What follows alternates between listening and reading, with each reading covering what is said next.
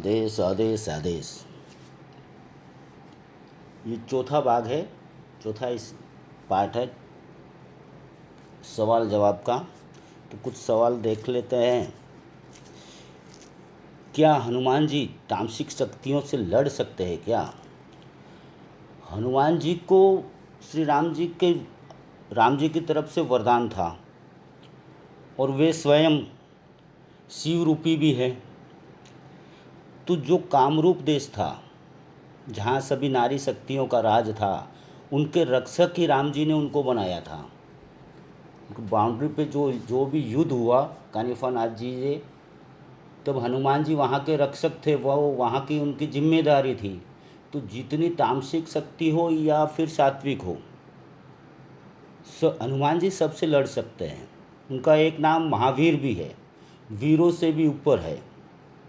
तो वीरों को भी काट वो कर सकते हैं। तो तामसिक सात्विक सभी तरह की शक्तियों से हनुमान जी लड़ सकते हैं। जीवन का अंतिम लक्ष्य क्या होना चाहिए? देखो, संसारिकों का जीवन का लक्ष्य तो अलग अलग होता है, पर एक साधु का लक्ष्य अलग होता है। जैसे कई साधुओं का लक्ष्य होता है मोक्ष पाना, मगर अघोरी का जीवन है वो मोक्ष पाने के लिए नहीं होता है, क्योंकि अघोरी मोक्ष में मानते ही नहीं है। शास्त्रों के हिसाब से और दूसरे पंथों के हिसाब से मोक्ष, मुक्ति पाना, यानी जीवन मरण के चक्र से बच जाना, दोबारा जन्म ना लेना पड़े। पर अघोर अपनी बुद्धि से वो कसता है, अपनी बुद्धि से परखता है, फिर हर चीज़ पे विश्वास करता है। मोक्ष पाने के लिए भक्ति करना, यानी कुछ पाने के लिए कुछ करना, ये अघोर में व्यापार कहलाता है। उसे भक्ति हम नहीं कहते हैं। कुछ पाने के लिए कुछ करना सीधा सा व्यापार है। अगर भक्ति भी उस मोक्ष पाने के लिए आप कर रहे हो तो वो एक तरह का स्वार्थ ही आपका। तो कहाँ से मोक्ष मिलेगा, कहाँ से मुक्ति मिलेगा आपको? अघोर में उसकी अलग व्याख्या है। कई लोग कहते हैं कि अघोरी को मोक्ष नहीं मिलता। अरे अघोरी को मोक्ष मिलता ही नहीं, किसी को नहीं मिलता। हम तो ये कहते हैं किसी को मोक्ष नहीं मिलता। मोक्ष क्या है? जीवन मृत्यु के चक्र से बच जाना। कि आज तक किसी ने ये प्रूफ करके दिया है कि इसको मोक्ष मिला है, इसको मुक्ति मिली है? पर वो एक लालसा है कि मुक्ति पाने के लिए आपको ये करना है। अघोरी का जीवन ये है शिवमय हो जाना, मोक्ष पाना नहीं है, जीवन मरण से चक्र से बचना नहीं है। अघोरी का अंतिम लक्ष्य होता है शिवमय हो जाना, मतलब एक जीव का शिव में मिल जाना, वही सबसे बड़ी मुक्ति है। और दूसरा कि अगर आपके जीते जी सभी वासनाओं पे, इंद्रियों पे आपने काबू कर लिया, तो इससे बड़ा मोक्ष कोई नहीं होता। आपको लोग कहेंगे मोक्ष पाने के लिए ये करना, हम उसे व्यापार समझते हैं। इस नाम की कोई चीज़ होती नहीं, या होती तो वो हमें सिद्ध करके दिखाए। तो अघोरी का जीवन का अंतिम लक्ष्य होता है शिवमय हो जाना, शिव में धूमिल हो जाना। अगर साधना संसारी लोग करें तो उनका भी लक्ष्य ये होना चाहिए कि परोपकार हो, उनकी साधना से, उनकी सिद्धियों से किसी का भला हो, परोपकार हो। वो लक्ष्य होना चाहिए एक साधक के जीवन में। एक और सवाल है, साधु भिक्षा मांगकर ही क्यों खाते हैं? देखो, साधु के कोई आजीविका का साधन नहीं होता है। अभी के साधु संतों में तो बहुत आजीविका के साधन है, पर प्रथम जो साधु हुए उनके आजीविका का कोई सामान नहीं था, और उनका सीधा सा मतलब था मांग के खाना, मस्त रहना, संग्रह नहीं करना। ये साधुओं का परम धर्म है। किसी भी चीज़ का आप संग्रह करोगे तो वहाँ आपकी आत्मा भटकेगी। अगर एक ग्लास भी पीछे छूट जाता है तो मन भटकता है कि चलो मेरा ग्लास वहाँ रह गया, ये रह गया। तो अघोरी और साधु के लिए, ये सबके लिए मना है कि संग्रह ना करे और मांगना। तब उस परिस्थिति में आपका जीवन संसार चलाने के लिए आपको 5 घर भिक्षा की छूट दी जाती है। तो भिक्षा का ये मतलब है कि आप किसी के द्वारा भिक्षा ग्रहण कर रहे हो तो बदले में उसके पाप कर्म भी काट रहे हो। आप फ्री में भिक्षा नहीं ले रहे हो, साथ में उसके पाप कर्म भी काट रहे हो और उसी से अपना जीवन यापन करते हो। तो इसीलिए साधु का भिक्षाटन करना सबसे उत्तम है। बाकी अरबोपति साधु तो कहाँ से भिक्षाटन करेंगे, वो तो सीधा ऑर्डर ही देंगे। एक और सवाल, शिवलिंग का मतलब क्या है? आप शिवलिंग का कई लोगों ने मजाक भी बना रखा है। कई लोग बोलते हैं ये शिव जी का मतलब लिंग है, ये है, मगर ऐसा नहीं है। शिव, आप शिव लिंग समझो। शिव के मतलब लिंग एक क्या होता है, जैसे स्त्रीलिंग, पुल्लिंग, ऐसे शिवलिंग। शिवलिंग क्या है कि उनकी जाति दर्शाता है। जाति मतलब उत्पत्ति का निशानी दिलाता है। तो हमेशा आपने देखा होगा शिवलिंग अकेला नहीं रहता, शिवलिंग के साथ में माँ की भग भी रहती है। तो वो उत्पादन का या युग उत्पत्ति का निशानी है। तो हम शिवलिंग को उत्पत्ति का निशानी के रूप में पूजते हैं। माँ की योनि को भी इसी रूप में पूजते हैं, क्योंकि हम मानते हैं शिव ही क्रिएटर है। मारने वाले भी वो है, उत्पन्न करने वाले भी वही है। इसलिए शिवलिंग की उनके आकार स्वरूप में पूजा की जाती है। ब्रह्मचर्य क्या है? इस साधकों के जीवन में ब्रह्मचर्य जरूरी है क्या? मैंने कई मैसेज आपके कमेंट्स पढ़े, उसमें बोलता है साधना के टाइम में ये हो जाता है, ये हो जाता है। तो देखो, जो शीशी भरी हुई है उस पर ज़्यादा पानी आप डालोगे तो वो तो बाहर निकलना ही निकलना है। जो कचरा अंदर जमा हुआ है, चाहे कैसा भी कचरा हो, मानसिक या शारीरिक, कुछ भी कचरा हो, वो कुदरती सिस्टम बना रखा है। तो वो कचरा तो निकलना ही निकलना है। अगर स्वप्न दोष होना और ये सब होना, ये गलत बात नहीं है, पर आप जानबूझ के किसी के साथ में प्रतिक्रिया करते हैं, संभोग करते हैं साधना के दौरान, तो वो गलत है। और हमारा ब्रह्मचर्य के विषय में भी हमारा अलग मत है।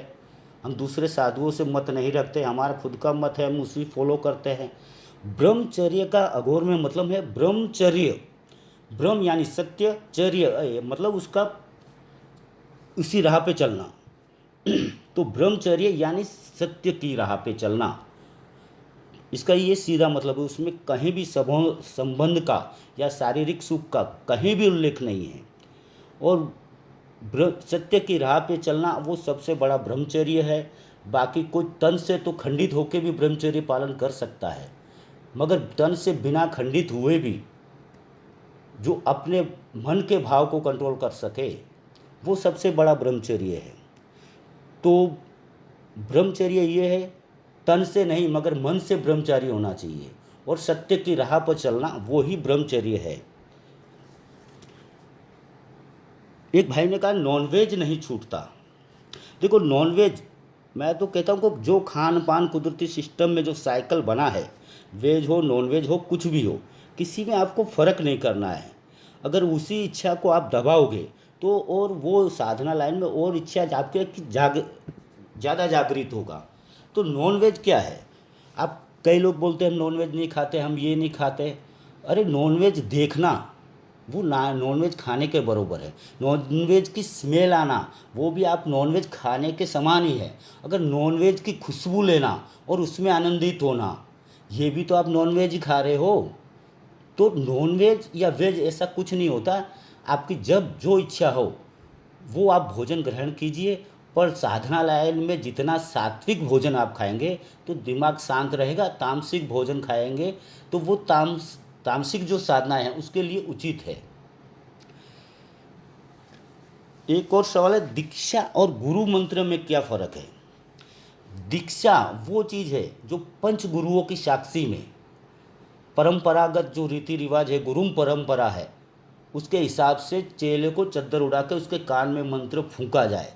वो मंत्र सिर्फ चेले और गुरु तक ही सीमित रहे। वो प्रथम मंत्र दिया जाए 5 गुरु की साक्षी में, विधिवत उसकी वो गुरु पूजन वगैरह सब होता है, चोटी कटना, ये सब क्रियाएं होती है पंच गुरुओं की साक्षी में।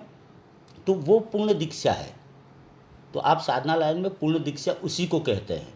और गुरु मंत्र लेना मतलब गुरु के मुख से या गुरु के द्वारा कोई मंत्र आप ले रहे हो और उसे आप कर रहे हो, जाप कर रहे हो, रटन कर रहे हो, तो वो है सिर्फ गुरु मंत्र। तो दीक्षा और गुरु मंत्र में यही फ़र्क है कि दीक्षा यानी आप विधिवत उस संप्रदाय में आपकी एंट्री हो चुकी है। तंत्र और भक्ति में क्या फ़र्क है? तो पहले तो आपको भक्ति का बता दूं। भक्ति यानी 9 प्रकार के शास्त्रों में भक्ति बताई गई है। आप मनन कर सकते हैं, स्मरण कर सकते हैं, ऐसे 9 प्रकार बताए गए हैं। तो वो इसी तरह आप भक्ति कर सकते हो। भक्ति यानी जो भाव से करने वाली चीज़ें, जो भाव से आप कर रहे हो, जो वात्सल्य भाव से कर रहे हो, अपना संपूर्ण समर्पित भाव से आप कर रहे हो, वो भक्ति है। ठीक है। और तंत्र, अब तंत्र सिर्फ तंत्र एक छोटा शब्द नहीं है, उसका विशाल महत्व है। तंत्र मंत्र यंत्र, तंत्र यानी शरीर, मंत्र यानी मन, यंत्र यंत्र यानी दिमाग। जहाँ दिमाग मन, मन यानी अपना पूर्ण भाव होना चाहिए मंत्र करते टाइम, और तंत्र जो शारीरिक क्रियाओं का भी जिसमें हिस्सा हो, तो ये तीनों से किया गया संपूर्ण विधिवत काम है, उसी को आप तंत्र कह सकते हो। तंत्र अकेला मंत्र जाप करना या यंत्र बनाना ये कुछ नहीं है, पर यंत्र मंत्र तंत्र तीनों का जब मिलन होता है, जब शरीर का, अपनी एकाग्रता का, या अपने मन का और अपनी बुद्धि प्रयोग का, ये सभी का मिलन होता है, तब तंत्र उत्पन्न होता है। और उसको जो विधिवत से जो क्रियाएं की जाती है, तब उसे कहते हैं वो तंत्र है। आदेश आदेश क्यों बोला जाता है? देखो, अघोर में आदेश आदेश सिर्फ नाथ संप्रदाय के साधु संत अघोर ही बोल सकते हैं। आदेश का मतलब है आप जिस पंथ से आए हो उस पंथ का संबोधन है वो। तो आपस में जब नाथ जी मिलते हैं तो एक दूसरे को आदेश उपदेश कहते हैं, आदेश आदेश कहते हैं। साधक या अनुयायी मिलते हैं तब भी वो अपने गुरु जी को आदेश आदेश कहते हैं। तो ये एक नाथ पंथ का संबोधन है। बाकी दूसरे पंथ है, दूसरे पंथों में अलग अलग संबोधन है। जैसे दूसरे कोई गिरिपुरी भारती हो गया या किसी भी और पंथ से हो गया, तो वो अपने नाम का संबोधन करेगा ताकि उसका पहचान हो सके कि ये किस पंथ से है।